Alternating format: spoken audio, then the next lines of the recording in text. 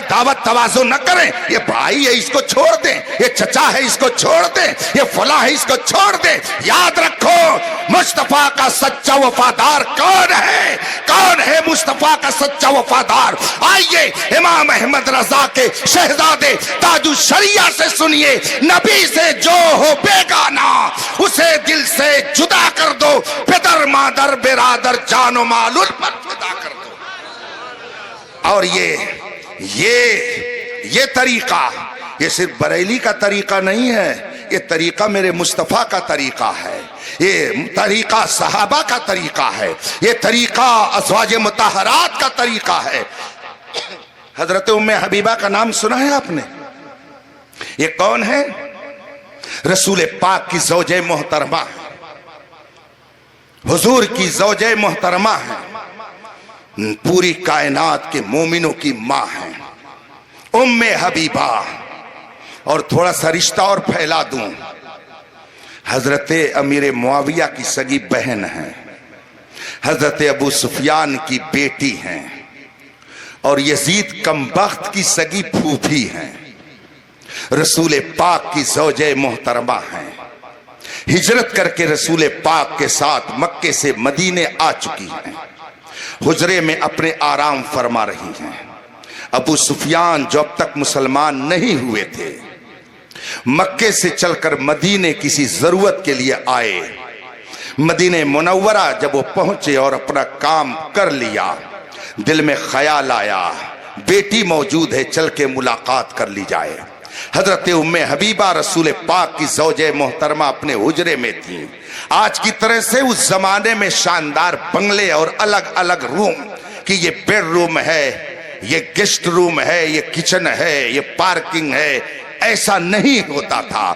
حجرے چھوٹے چھوٹے بنے ہوتے تھے، اور ایک طرف سے ازواج مطہرات کے لیے وہ کمرے متعین تھے، چھوٹے چھوٹے کمرے، چھت بھی بہت نیچی، اور سامنے دروازے پر شاندار کوئی دروازہ نہیں لگا ہوتا تھا، کسی پر چادر لٹکا دی جاتی، کسی پہ ٹاٹ لٹکا دیا جاتا، ایسے ہی وہ حجرے تھے اور اس کے یہ پردے تھے، اس کا یہ دروازہ تھا۔ حضرت ام حبیبہ اپنے کمرے میں جلوہ فرما تھی، دیکھا کہ ابو سفیان چلے آ رہے ہیں، ابو سفیان گھر کی طرف آ رہے ہیں۔ حضرت ام حبیبہ نے جب دیکھا میرے باپ آ رہے ہیں، جلدی سے بستر کو سمیٹ کر کے کنارے رکھ دیا، گھر میں داخل ہوئے، کہا بیٹھ جائیے۔ باپ بیٹھا تو مگر فوراً ہی ایک سوال کر دیا اور کہا بیٹی پہلے اس کا جواب دو، میں مکے سے چل کر کے آیا، مدینے آیا، تمہارے پاس ملنے کے لیے آیا، تو میری بیٹی ہے، میں تیرا باپ ہوں۔ عرب کا دستور یہ ہے کہ جب کوئی مہمان آتا ہے تو اگر بستر سمیٹ کر کے رکھا ہوتا ہے اس کو پھیلا دیا جاتا ہے، مگر میں نے دیکھ لیا ہے کہ تو نے مجھ کو دیکھتے ہی فوراً بستر کو سمیٹ کر کے الگ رکھ دیا۔ پہلے اس کا جواب دے کہ تو نے بستر کو سمیٹ کر کے الگ کیوں رکھ دیا؟ جبکہ مہمان آنے پر بستر کو بچھا دیا جاتا ہے، تم نے یہ بستر لپیٹا کیوں؟ اے میری ماں، اے میری بہنوں، اے مصطفیٰ کی کنیزوں، فاطمہ الزہرا کے کردار کو اپنانے والیوں، اپنی ماں، ہماری ماں، پوری کائنات کے ماں کا جواب سنو۔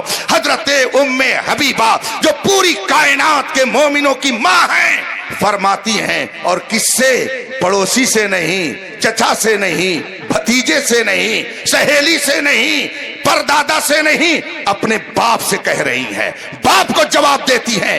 حضرت ام حبیبہ فرماتی ہیں آپ بے شک میرے باپ ہیں، اس سے کس کو انکار ہے؟ کون انکار کر سکتا ہے کہ آپ میرے باپ نہیں ہیں؟ بے شک میں آپ کی بیٹی ہوں، اس سے بھی مجھے انکار نہیں ہے، مگر میں نے بستر سمیٹ کر کے کیوں رکھ دیا؟ بات یہ ہے کہ ابھی آپ کفر کی گندگی میں ملوث ہو، آپ کفر کی گندگی لے کر کے آئے ہو، اور یہ وہ بستر ہے جس پر میرے مصطفیٰ آرام فرماتے ہیں۔ آپ اس لائق نہیں ہو کہ اس بستر پر بیٹھ سکو، اس لیے میں نے اس بستر کو لپیٹ کر کے الگ رکھ دیا ہے۔ اس سے پتا چلا کہ جو نبی کا ہے وہ ہمارا ہے، جو مصطفیٰ کا نہیں وہ ہمارا نہیں۔ آج اگر کسی سے کہہ دیا جائے یہ گستاخ رسول ہے، ارے حضرت میرا چچا ہے کیسے چھوڑ دوں، یہ نبی کا دشمن ہے، ارے حضرت ٹھیک ہے لیکن دنیاوی اعتبار سے تھوڑا نباہنا پڑتا ہے، اس لیے کہ یہ میرا ماموں ہے۔ میرے بھائیوں، اگر آپ کو اپنے ماموں کا اتنا لحاظ ہے، ماموں کے بیٹے کا اتنا لحاظ ہے، تو یزید نے آپ کا کیا بگاڑا ہے؟ وہ بھی تو ماموں کا لڑکا ہے۔ حضرت امیر معاویہ کی بہن ام حبیبہ ساری کائنات کے مومنوں کی ماں، تو حضرت امیر معاویہ کیا ہوئے؟ پوری دنیا کے مومنوں کے ماموں ہوئے۔ اور یزید کیا ہوا؟ ماموں کا بیٹا ہوا۔ مگر 1400 سال ہو گئے، ماموں کے اس بیٹے کو آپ معاف کرنے کے لیے تیار نہیں ہے، بلکہ یزید پلید مرد آباد، یزید پلید مرد آباد، یزید پلید مرد آباد۔ اگر اس ماموں کے بیٹے کو گستاخ اہل بیت اور دشمن امام حسین کی بنیاد پر آپ 1400 سال سے معاف نہیں کر سکتے ہیں، تو جو رسول کا گستاخ ہو اس کو بھلا کیسے معاف کیا جا سکتا ہے؟ بڑی آسانی سے کہہ دیتے یہ میرا چچا ہے، ٹھیک ہے۔ عشق اعجاز شرکت کا قائل نہیں، یا زمانے کا بن یا محمد کا بن۔ جو لوگ کہتے ہیں یہ میرا چچا ہے، جو لوگ کہتے ہیں یہ میرا بھتیجا ہے، ذرا آئیے قرآن کی آیت سے اس چچا کا بھی تو حال سن لیجئے جو رسول پاک کا چچا تھا، اور کوا خدمڑ نہیں تھا، بڑا ہینڈسم تھا، بڑا خوبصورت تھا، پیسے والا تھا، زمین جائیداد والا تھا، عربی تھا، حجازی تھا، ہاشمی تھا، قریشی تھا، مطلبی تھا، یہ ساری باتیں اس کے اندر تھی۔ اس کا نام کیا ہے؟ ابو لہب۔ کیا نام ہے؟ ابو لہب کون تھا؟ رسول پاک کا چچا تھا۔ ابو لہب چچا تھا، ابو جہل چچا نہیں تھا، وہ پٹیدار رہا ہوگا، مگر ابو لہب چچا تھا، حضور کا چچا، حضرت عبد المطلب کا بیٹا تھا۔ اس کا نام کیا تھا؟ نام کیا تھا؟ ان سے اگر پوچھئے کہ فلاں کرکٹر کا کیا نام ہے، فلاں فلم ایکٹر کا کیا نام ہے، تو یہ دھڑ دھڑ بتانے لگیں گے۔ لیکن اگر ان سے پوچھا جائے نبی کے پیور دشمنوں کا کیا نام ہے اور نبی کے اصلی دوستوں کا کیا نام ہے، تو یہ بغلے جھانکیں گے۔ کیا نام تھا ابو لہب کا؟ میں امتحان لینے نہیں آیا، معاف کیجئے گا، میں تو آپ کے ذہن کو دین سے قریب کرنے کی کوشش کر رہا ہوں۔ ابو لہب کا نام کیا تھا؟ نہیں معلوم ہے، میں بتا دیتا ہوں۔ اس کا اصلی نام تھا عبد العزہ، نام اس کا عبد العزہ تھا۔ مگر کبھی ایسا ہوتا ہے کہ آدمی کے اندر کوئی خوبی پائی جاتی ہے تو نام کے بجائے اسی خوبی کا ذکر کیا جاتا ہے۔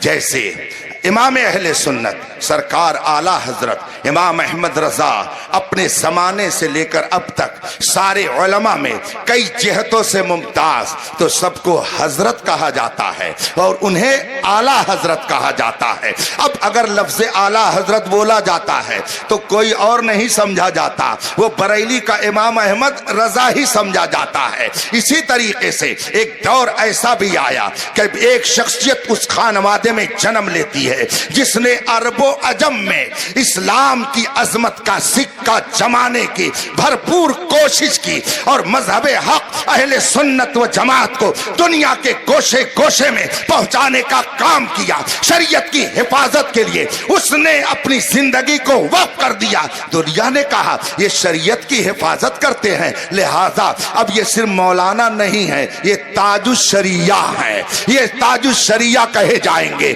ان کا لقب تاج الشریعہ ہوگا۔ اب اگر تاج الشریعہ بولا جاتا ہے تو نہ کوئی دوسرا عالم سمجھا جاتا ہے، نہ کوئی دوسرا پیر سمجھا جاتا ہے، سمجھا جاتا ہے تو بریلی کا اختر رضا سمجھا جاتا ہے۔ اس کا مطلب ہے کہ آدمی کا نام کچھ اور ہو لیکن کچھ خوبیاں آ جائیں تو اس کو لقب سے مشہور کر دیا جاتا ہے، اس کی کنیت مشہور ہو جاتی ہے۔ ابو لہب کا اصلی نام کیا تھا؟ عبد العزہ، اس کا نام عبد العزہ تھا۔ اور ابو لہب یہ اس کا نام نہیں ہے، یہ اس کا اپنی زبان میں کہہ لیجئے لقب ہے۔ اس کا یہ لقب تھا، اس کا یہ خطاب تھا، اس کو اسی لقب سے یاد کرتے تھے. کیوں اس لقب سے یاد کرتے تھے؟ آپ تاریخ پڑھیے تو آپ کو معلوم ہوگا. لہب کا معنی ہوتا ہے شعلہ، آگ کا وہ شعلہ جس میں کی کہیں سے دھواں نظر نہ آئے. آگ کے اس شعلے کو لہب کہا جاتا ہے. عربی زبان میں ایسے شعلے کو لہب کہا جاتا ہے. اور اب کا معنی ہوتا ہے والا. ابو لہب کا مطلب ہوا شعلے والا. وہ شعلے والا کیوں کہا جانے لگا؟ اس کو ابو لہب کیوں پکارا جانے لگا؟ تاریخ میں یہ لکھا ہوا ہے اس کا چہرہ اتنا خوبصورت تھا، اس کا گال اتنا بھرا بھرا ہوا تھا، اس کے چہرے پر اتنی رونق رہتی تھی، لگتا تھا کہ جیسے اس کے چہرے سے آگ کے شعلے نکل رہے ہوں. وہ اتنا خوبصورت تھا، اسی لیے اسے ابو لہب کہا جاتا ہے. نام اس کا عبد العزا تھا. اور آگے قرآن نے جو ذکر کیا ہے ما اغنى عنه ماله وما کا سب، نہ اس کے مال نے اس کو بچایا، نہ اس کی پراپرٹی نے اس کو بچایا. اس کا مطلب یہ ہے وہ حسن والا بھی تھا، وہ پیسے والا بھی تھا، وہ پراپرٹی والا بھی تھا، وہ اقتدار والا بھی تھا، وہ مکے میں اثر و رسوخ والا بھی تھا، شان و شوکت والا بھی تھا. مگر 1400 سال ہو گئے، نہ آپ کو چچا ہونے کا خیال ہے، نہ آپ کو اس کے حسن و جمال کا خیال ہے، نہ اس کے مال کا خیال ہے، نہ اس کی پراپرٹی کا خیال ہے. نہ آپ یہ سوچتے ہیں کہ یہ مکی ہے، نہ آپ یہ دیکھتے ہیں کہ یہ مدنی ہے، نہ آپ یہ سوچتے ہیں کہ یہ ہاشمی ہے، نہ آپ یہ دیکھتے ہیں یہ مطلبی ہے، نہ آپ یہ دیکھتے ہیں کہ یہ مکے کے سرداروں میں گنا جاتا ہے. بلکہ آپ یہی کہتے ہیں تبت یدا ابی لہب، تبت یدا ابی لہب. ابو لہب کا ہاتھ ٹوٹ جائے، ابو لہب کا ہاتھ ٹوٹ جائے. بتائیے آج کچھ لوگ کہتے ہیں کسی کو برا نہیں کہنا چاہیے. تو اگر آپ گئے مسجد میں اور آپ نے پڑھا تبت یدا ابی لہب، مطلب یہی ہوا ابو لہب کا ہاتھ ٹوٹ جائے. تو آپ بتائیے نماز پڑھنے جاتے ہیں کہ ابو لہب کا ہاتھ توڑنے جاتے ہیں؟ آپ نماز پڑھنے جاتے ہیں کہ ابو لہب کی مذمت کرنے جاتے ہیں؟ آپ نماز پڑھنے جاتے ہیں کہ ابو لہب کو برا کہنے کے لیے جاتے ہیں؟ اس آیت کریمہ نے ہم کو یہ بتا دیا کہ جو نبی کا گستاخ ہے اسے ہر جگہ مذمت کے ساتھ یاد کیا جائے. اگر نماز میں دشمن رسول کی مذمت کی جا رہی ہے تو نماز کے باہر کیوں نہیں کی جائے گی؟ اب اگر آپ کہیں بھائی میں کچھ نہیں کہوں گا، رسول پاک کا چچا تھا، ابو عبد المطلب کا بیٹا تھا، مکی ہے، حجازی ہے، قریشی ہے، ہاشمی ہے، اتنی نسبتیں اس کے ساتھ لگی ہیں، میں کچھ نہیں کہوں گا بھائی، میں اس آیت کو بھی نہیں پڑھوں گا، اس لیے کہ اس میں اس کی مذمت کی گئی. جہاں آپ نے یہ کہا تو چاہے دارالعلوم دیوبند سے فتویٰ منگائیے، چاہے دارالعلوم بریلی سے فتویٰ منگائیے، یا دنیا کے کسی گوشے سے منگائیے، اگر آپ نے کہہ دیا میں ابو لہب کو برا نہیں کہوں گا اس لیے کہ وہ رسول پاک کا چچا تھا، وہ عبد المطلب کا بیٹا تھا، وہ مکی تھا، وہ ہاشمی ہے، وہ مطلبی ہے، وہ حجازی ہے، وہ عربی ہے، میں کچھ نہیں کہوں گا، فتویٰ آئے گا. اس کا مطلب ہے کہ تمہارا رشتہ نبی سے نہیں ہے، ادھر ہی ہے، ادھر ہی ہے. اب تم بھی اسی طرح کے ہوئے جیسے وہ تھا. اس کا مطلب ہے کہ جو نبی کا دشمن ہے، نبی کا گستاخ ہے، اس سے ہمارا کوئی رشتہ نہیں. یہ ہم نہیں کہتے ہیں، یہ قرآن نے ہمیں بتایا ہے. ابو لہب مکی تھا، ابو لہب ہاشمی تھا، لیکن قرآن نے اس کی مذمت فرمائی. اور حضرت بلال سبحان اللہ، نہ مکی ہیں، نہ مدنی ہیں، نہ ہاشمی ہیں، نہ علوی ہیں، نہ قرشی ہیں، نہ حجازی ہیں، نہ سردار ہیں.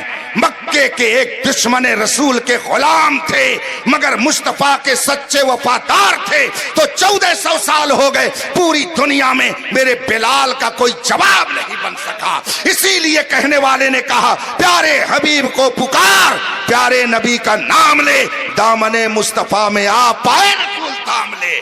یہ نہیں دیکھا جائے گا میدان محشر میں یہ مکہ شریف کے ہیں کہ مدینہ شریف کے ہیں، یہ نہیں دیکھا جائے گا یہ حجازی ہیں کہ قرشی ہیں، یہ سعودی ہیں، یہ کون ہیں. دیکھا جائے گا تو یہ دیکھا جائے گا کہ یہ مصطفیٰ کا وفادار تھا کہ نہیں تھا. اس لیے آج لے ان کی پناہ، آج لے ان کی پناہ، آج مدد مانگ ان سے، کل نہ مانیں گے قیامت میں اگر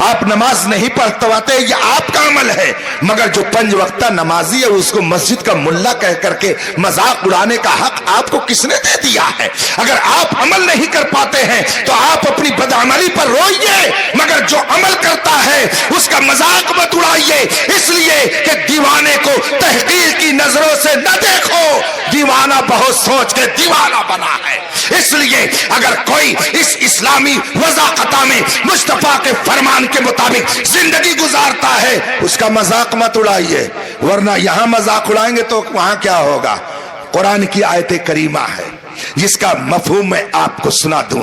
میدان محشر جب قائم ہو جائے گا، جنتی جنت میں، جہنمی جہنم میں چلے جائیں گے، لیکن قرآن کی آیت کریمہ ہے جس کا ترجمہ اور مفہوم میں عرض کر رہا ہوں۔ جتنے لوگ دنیا میں کسی ایمان والے کا مذاق اڑائے ہوں گے، جتنے لوگ دنیا میں مذاق اڑانے والے ہوں گے مومنوں کا، قرآن ہے، میں لطیفہ نہیں سنا رہا ہوں، نہ میری عادت کہانی اور لطیفہ سنانے کی ہے، قرآن کریم کی آیت کا میں مفہوم بتا رہا ہوں۔ جتنے لوگ دنیا میں کسی ایمان والے کا مذاق اڑا کر کے دنیا سے گئے ہوں گے، داڑھی والے کو دیکھ کر کے ملا جی، نمازی کو دیکھ کر کے مسجد کے ملا جی، وہ بانگی صاحب، وہ داڑھی والا، وہ فلاں، وہ ٹوپی والا، وہ کرتے والا، وہ پاجامے والا، جتنے لوگوں نے مذاق اڑایا ہوگا، جب میدان محشر قائم ہوگا، جنتی جنت میں جائیں گے، جہنمی جہنم میں جائیں گے، اللہ کا حکم ہوگا، خدا کی طرف سے انتظام ہوگا کہ جس کا مذاق دنیا میں لوگوں نے اڑایا، جس کا مذاق اڑایا، سب جہنم میں ایسی جگہ رکھے جائیں گے کہ وہاں سے یہ جنتی دکھے، یہ جنتی ان کو دیکھے گا اور وہ جہنمی اس کو دیکھیں گے۔ جتنے لوگوں نے مذاق اڑایا ہوگا دنیا میں، جتنے لوگوں نے ہنسی کی ہوگی، ٹھٹھا کیا ہوگا، سب ایک طرف سے جہنم میں دکھیں گے، اور علل آرائی کے یضحکون، قرآن فرماتا ہے اللہ تعالیٰ جنتیوں کو تخت پر بٹھا دے گا، وہ تخت پر بیٹھیں گے شان و شوکت سے، تخت پر بیٹھے ہوں گے اور سامنے شیشے کی طرح دیوار، شیشے کی طرح دروازہ، اور یہیں سے وہ جہنمی دکھے گا، وہاں سے وہ دکھے گا، وہ وہاں سے اسے دیکھے گا اور یہ یہاں سے اسے دیکھے گا۔ اور اس کے بعد میں قرآن کریم نے کتنا شاندار مومنوں کو تحفہ دیا ہے کہ یہاں اگر اسلام پر عمل کرنے کی وجہ سے کوئی تمہیں مذاق سے لیتا ہے، مذاق اڑاتا ہے، اس سے رنجیدہ کیوں ہوتے ہو؟ رنجیدہ کیوں ہو؟ پریشان کیوں ہو؟ تم مرجھائے ہوئے کیوں ہو؟ گھبراؤ نہیں، ایک دن آئے گا پھر میں تمہارے لیے کیا انتظام کروں گا۔ قرآن کہتا ہے جنت میں تخت پر وہ بیٹھ جائے گا جس کا مذاق ادھر اڑایا گیا ہوگا، اور وہ سارے کے سارے لوگ ایک طرف ادھر جہنم میں ہوں گے۔ قرآن کریم میں ہے جس کا مفہوم میں بتا رہا ہوں۔ پھر وہ جنتی جب دیکھے گا، اچھا یہی ہے جو میری داڑھی کا مذاق اڑا رہا تھا، یہی ہے جو میری نماز کا مذاق اڑا رہا تھا، یہی ہے جو میرے کرتا پاجامے کا مذاق اڑا رہا تھا، اور وہاں وہ جل رہا ہوگا، پریشان ہوگا، مگر وہیں سے دیکھے گا، اور ادھر جنت کی بہاروں میں شاندار طریقے سے تخت پر بیٹھ کر کے بہترین مشروب پی رہا ہوگا، جنت کی بہاریں اس کی نظروں کے سامنے ہوگی، وہ وہیں سے دیکھے گا، مرجھایا چہرہ، گبرولے کی طرح بنائے ہوئے منہ وہیں سے دیکھے گا۔ اب یہ جنتی یہاں سے کہے گا آ جاؤ، جلدی سے آ جاؤ، ادھر آ جاؤ، ادھر آ جاؤ۔ اب وہ آؤ دیکھے گا نہ تاؤ، یہ نہیں سوچے گا کہ میں نے دنیا میں اس کا مذاق اڑایا تھا، دنیا میں اس کا استہزاء کیا تھا، وہ کہے گا چلو جلدی یہاں سے چلے، بلا رہا ہے، ہو سکتا ہے وہاں جگہ مل جائے۔ حدیث ہے، قرآن کی آیت کا میں مفہوم بتا رہا ہوں، وہ جنت جہنم میں ہوگا اور جنتی یہاں سے پکارے گا آؤ آؤ جلدی آ جاؤ، جلدی آ جاؤ۔ اب وہ بہت تیزی سے دوڑتا ہوا وہاں سے آئے گا، جہنم کا دروازہ بھی کھل جائے گا اور جنت کا بھی دروازہ کھلا ہوگا، وہ دوڑتا ہوا وہاں سے آئے گا کہ ابھی جنت میں داخل ہو جاؤں گا، لیکن جو ہی جنت کے دروازے پر پہنچے گا فرشتے فوراً اس دروازے کو لاک کر دیں گے. اب وہ منہ بنا کر کے پھر وہیں کھڑا ہو جائے، پھر منہ لٹکائے ہوئے واپس جائے گا، پھر تھوڑی دیر کے بعد دونوں گیٹ کھل جائے گا، پھر یہاں سے آ جاؤ آ جاؤ آ جاؤ آ جاؤ، پھر دوڑتے ہوئے آئے گا، اور پھر جو ہی جنت کے دروازے پر پہنچے گا فرشتے جنت کا دروازہ بند کر دیں گے، پھر وہ منہ لٹکا کر کے چلا جائے گا. ایسے ہی جب تک یہ جنتی چاہے گا اس گستاخ کا مذاق جہنم میں اڑاتا رہے گا. یہ کل قیامت کے دن ہوگا. اس لیے مسلمانوں تمہیں گھبرانے کی ضرورت نہیں ہے. ہم نے مصطفیٰ کا دامن تھاما ہے، ہمیں اس پر فخر ہے کہ رب نے ہمیں مصطفیٰ کا وفادار امتی بنایا ہے. اس لیے جو لوگ رسول پاک کی شان میں گستاخی کرتے ہیں، خدا کی شان میں بدتمیزیاں کرتے ہیں، اسلام کے قانون کا مذاق اڑاتے ہیں، آپ کے اسلامی تہذیب کا استہزاء کرتے ہیں، آپ کو گھبرانے کی ضرورت نہیں ہے. جس خدا کی خوشی کے لیے آپ یہ کر رہے ہیں اس سے کوئی شے پوشیدہ نہیں ہے. آپ سچے وفادار مصطفیٰ بن کے رہیے. بچیوں کی تعلیم کی طرف توجہ دیجیے، ان کو دین کی اتنی تعلیم دے دیجئے کہ دنیا کے کسی گوشے میں رہیں، چاہے لڑکا ہو یا لڑکی، وہ اس پر فخر کرے کہ ہم رسول پاک کی وفادار امت میں ہیں. دنیا کے کسی گوشے میں رہے، وہ اس پر فخر کرے کہ ہمارے ہاتھوں میں غوث و خواجہ کا دامن ہے، ہمارے ہاتھوں میں امام احمد رضا کا دامن ہے. فتنے بڑی تیزی سے پھیل رہے ہیں، جیسے بارش کے قطرے گھروں پر گرتے ہیں اسی طریقے سے بارش کی طرح فتنے لوگوں کے گھروں پر بالکل تیزی سے آ رہے ہیں. ان فتنوں کے ہجوم میں آپ اپنے ایمان کی حفاظت کیجیے. ابھی آپ نے سنا مولائیت اور نجدیت، وہابیت، دیوبندیت. آج کے حالات میں بھی سنی نوجوان اگر بگڑتا ہے تو مجھے اس کی عقل پر اور اس کے دماغ پر افسوس ہوتا ہے، اس لیے کہ میڈیا کے ذریعہ سب کی کارستانی منظر عام پر آ جاتی ہے. ہمارا نوجوان وہ کس کو سنتا ہے؟ یہ فلاں انجینئر ہے، یہ فلاں ہے، یہ فلاں ہے، جبکہ ان کی گستاخیاں، رسول پاک کی شان میں بدتمیزیاں، صحابہ کی شان میں ان کی شرارتیں سب واٹس ایپ پہ موجود ہیں، سب فیس بک پر موجود ہیں. ابھی چند مہینہ پہلے ایک گستاخ رسول نے دھڑلے سے کہا نبی یہ جانتے ہی نہیں تھے کہ قرآن کیسے لکھا جائے گا. صحابہ نے غلطی کر دی تو نبی بنا بھی نہیں پائے. قرآن میں غلطی 1400 سال سے چلی آ رہی ہے. بتائیے کیا اس کا تعلق سنی فرقے سے تھا؟ سنیوں سے اس کا تعلق تھا؟ سنی جماعت سے یہ تھا؟ کس جماعت سے تھا؟ جس جماعت کا مولوی سر عام گستاخی کرے تمہیں کالی گھٹاؤں کا نہیں پہچاننا آیا؟ نشیمن سے دھواں اٹھتا ہے تم کہتے ہو ساون ہے. نبی کی شان میں گستاخی کر رہا ہے اور اس کے باوجود اس کے فالوور بنے ہوئے ہیں. آپ خدا کی شان میں گستاخی کر رہا ہے، ام المومنین حضرت عائشہ کی شان میں گستاخی کر رہا ہے، اور آپ کہتے ہیں بہت اچھی سپیچ دے رہا ہے. یاد رکھیے یہ جتنے دشمنان اسلام فیس بک اور واٹس ایپ کے ذریعہ رسول پاک کی عظمت پر بھونکنے کا کام کرتے ہیں، صحابہ کی عظمت پر داغ لگانے کی ناپاک جسارت کرتے ہیں، یہ جتنے فیس بک اور واٹس ایپ پہ آ کر، گوگل پہ آ کر اور اپنی کلپیں بنا بنا کر کے کسی بھی صحابی یا اہل بیت یا ازواج مطہرات کی شان میں گستاخیاں کرتے ہیں، اگر آپ نے ان کو فالو کیا، ان کے نقش قدم پر چلے تو وہ دن دور نہیں ہے کہ آپ کے دل میں گستاخیوں کی غلاظت پیدا ہو جائے گی. اس لیے اگر آپ چاہتے ہیں کہ آپ کے ایمان کی حفاظت ہوتی رہے تو ایک مضبوط قلعہ ہے، ایک مضبوط قلعہ ہے، اسی قلعے میں رہیے گا. قلعے سے باہر مت جائیے گا. قلعے سے باہر جائیں گے گولی کھائیں گے، قلعے سے باہر جائیں گے بارش ہوگی تو بھیگ جائیں گے، قلعے کے باہر جائیں گے اگر آگ برسے گی تو اس میں جل جائیں گے. اسی قلعے میں رہیے. اس قلعے کا نام مسلک اعلی حضرت ہے. اسی قلعے میں رہیے گا. میں نے الحمدللہ اختلافی موضوع پر 1000 سے زیادہ کتابیں پڑھی ہیں. ایک دو نہیں، 1000 سے زیادہ کتابیں. قادیانیت کا مطالعہ میں نے کیا، نجدیت کا مطالعہ میں نے کیا، وہابیت کا مطالعہ میں نے کیا، دیوبندیت کا مطالعہ میں نے کیا، مولائیت کے اوپر ریسرچ اور کتابیں میں نے پڑھی، صلح کلیت کے بارے میں نے پڑھی.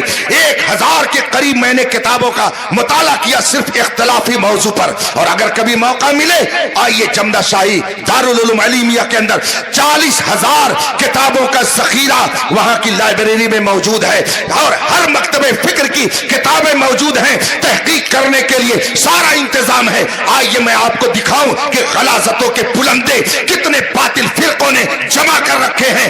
ایک سچا مذہب جسے اہل سنت و جماعت کہا جاتا ہے اور جس کی پہچان اس زمانے میں مسلک اعلی حضرت سے ہے، اسی پر قائم رہیے گا انشاءاللہ. یہاں بھی باعزت رہیں گے، وہاں بھی باعزت رہیں گے. اللہ تبارک و تعالی ہمارے اور آپ کے ایمان کی حفاظت فرمائے. میں نوجوانوں سے کہوں گا گوگل اور فیس بک کے مسلمان بننے کے بجائے کتابوں کو علماء کے ذریعہ سمجھ کر کے علماء کے دامن سے وابستہ رہ کر کے دین کو سمجھیے. انشاءاللہ فتنوں کے ہجوم میں آپ کے ایمان کی حفاظت اللہ فرماتا رہے گا. بچوں کو بھی پڑھائیے، بچیوں کو بھی پڑھائیے. اپنے بڑوں کا احترام کیجئے، علماء کی تعظیم کیجئے. علماء کا احترام فرض ہے، فرض ہے. علماء کی تعظیم در حقیقت نبی کی تعظیم ہے، اور علماء کی توہین در حقیقت نبی کی توہین ہے. یہ اسلام دشمن طاقتوں نے آپ کو علماء سے دور کرنے کی کئی سازشیں رچی.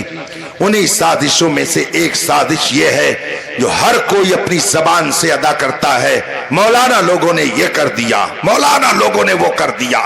یعنی کچھ بھی ہو سب ٹھیکرا مولانا کے سر پھوڑا جائے گا.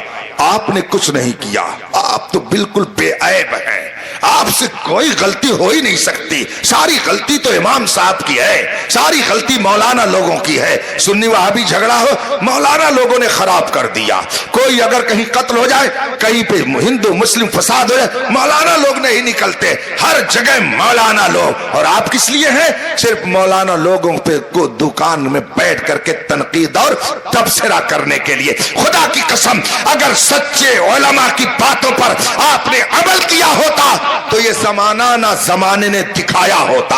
اس لیے کہ یہ قرآن و حدیث کی جو باتیں آپ تک پہنچاتے ہیں، قرآن و حدیث پر عمل کرنے کے بعد ہی ایک پاکیزہ زندگی ملے گی اور اللہ رسول کی بارگاہ میں سرخروئی ملے گی. اس کے مطابق عمل کیجئے. نماز پڑھیے، نماز پڑھیے. پہلے لوگ سمجھتے تھے کہ ابھی بڑھاپا آئے گا تب دنیا سے آدمی جائے گا، مگر اب ایسا نہیں ہے.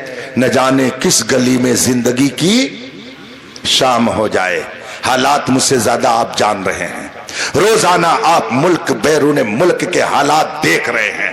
اس لیے آپ یہ نہ سمجھیے کہ جب بڑھاپا آئے گا تب نماز پڑھیں گے. جہاں موقع مل جائے آپ نماز کے لیے مصلی بچھا دیجئے، نماز پڑھیے، درود پاک کی کثرت کیجئے. یا شیخ عبد القادر جیلانی شیئا للہ کا وظیفہ پڑھیے، اور لا حول ولا قوت الا باللہ کی کثرت کیجئے. حسبنا اللہ و نعم الوکیل کا وظیفہ پڑھیے، رزق میں برکت ہوگی. لا حول کا وظیفہ پڑھیں گے آپ پریشانیوں سے محفوظ رہیں گے. یا شیخ عبد القادر جیلانی شیئا للہ کا وظیفہ پڑھیں گے، غوث اعظم کی عنایت آپ کے اوپر رہے گی.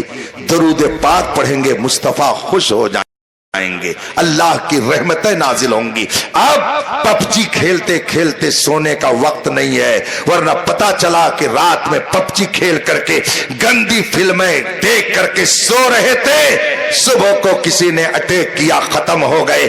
اب وقت آیا ہے پھر وہی جو پہلے زمانے میں تھا اور جو بزرگوں نے سکھایا تھا، میں سو جاؤں یا مصطفیٰ کہتے کہتے، کھلے آنکھ صلی اللہ کہتے کہتے. میں کبھی کبھی تنہائیوں میں روتا ہوں. حضور محدث کبیر علامہ ضیاء المصطفیٰ صاحب قبلہ دامت برکاتہم العالیہ، جو اس وقت ہندوستان میں اہل سنت کے سب سے بڑے عالم ہیں، سب سے بڑے عالم، 92 سال عمر ہونے کے باوجود قوم کا درد، مذہب کا درد ان کے دل میں اس طرح سے کہ کوئی مسئلہ لے کر کے جائیے فوراً اس کو وہ حل کرتے نظر آتے ہیں۔ جب NRC کا مسئلہ چل رہا تھا میں نے حضرت کو فون کیا اور تقریباً آدھا گھنٹہ میں نے رو رو کر کے داستان سنائی، حضور یہ ہو رہا ہے، حضور یہ ہو رہا ہے، حضور یہ ہو رہا ہے۔ حضرت نے پوری گفتگو سننے کے بعد فرمایا مولانا آپ قوم کا رونا رو چکے؟ میں نے کہا جی حضور۔ کہا آپ نے جو کچھ بتایا میں بھی فکر مند ہوں، میں بھی فکر مند ہوں، مگر مولانا یہ بتائیے کیا آپ نے قوم کے اندر بھی کوئی تبدیلی دیکھی؟ قوم میں بھی کوئی چینجنگ آئی؟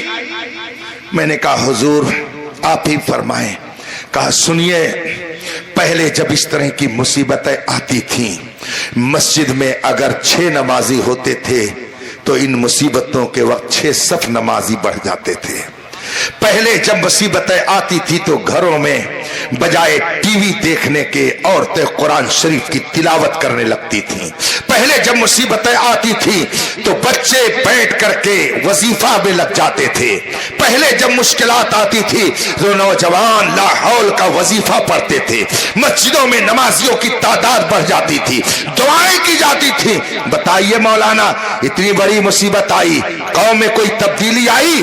میں نے کہا نہیں حضور کوئی تبدیلی نہیں آئی، یہ پہلے بھی شادی میں ناچتے تھے آج بھی ناچتے ہیں۔ ابھی 1 ہفتہ پہلے میں گورکھپور ایک پروگرام میں گیا، گورکھ ناتھ کے بغل میں ایک راستے سے گزر ہوا، دیکھا تو داڑھی رکھ رکھ کر کے ناچ رہے تھے۔ میں سوچا کہ آج کل فیشن ہے، بہت سارے لوگ داڑھی رکھ کر کے ناچتے ہیں، لیکن تھوڑا اور آگے بڑھا تو شہر بشرے سے، ہولیے سے اور وہاں کے ماحول سے دولہا جناب کو دیکھ کر کے، حالت دیکھ کر کے سمجھ میں بات آئی کہ یہ کسی غیر کی بارات نہیں جا رہی، ایک مسلمان کی بارات جا رہی ہے۔ ان مصیبتوں میں گھرنے کے باوجود یہ نوجوان جب ناچے گا تو اس کے اوپر اللہ کی رحمت نہیں نازل ہوگی، اس پر تو آسمان سے بارش ہونی چاہیے، پانی کی نہیں بلکہ آگ کی بارش ہونی چاہیے۔ اس لیے کہ جو قوم ان مصیبتوں بھی ناچے گائے عورتوں کو نچائے اس کو اس دنیا میں رہنے کا کوئی حق نہیں ہے۔ آپ کیا سمجھتے ہیں حالات کتنے بدتر ہو گئے ہیں، لوگوں کے مزاج کتنے خراب ہو گئے ہیں اور مصیبتوں میں ہم کتنے گھرتے جا رہے ہیں، اور اس کے بعد کہتے ہیں کہ کچھ نہیں ہو رہا ہے، مولانا کچھ نہیں کر رہے ہیں۔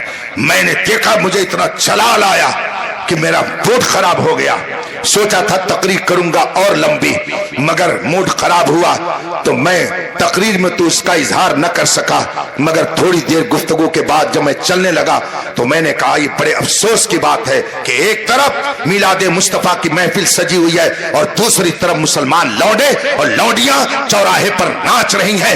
جس قوم کی عورتیں اتنی بے غیرت ہو جائیں، جس قوم کے باپ اور بھائی اتنے بے حیا ہو جائیں کہ اپنی بہنوں کو کلمہ پڑھنے کے باوجود چوراہے پر نچائیں، تو اس کو نچا نچا کر کے اگر کوئی مارے تو اس میں ہمیں کوئی افسوس کی بات نہیں ہے۔ افسوس اس پر ہے جو مصطفیٰ کا سچا وفادار ہو اور پھر اسے موت کے گھاٹ اتارا جائے، اس پر افسوس ہوتا ہے۔ لیکن جو رسول پاک کے قانون کی دھجیاں بکھیرتا ہو، جو رسول پاک کے دین کا مذاق اڑاتا ہو، وہ اگر مارا جائے تو کیوں روتا ہے کہ کلمہ پڑھتے ہیں مارے جا رہے ہیں۔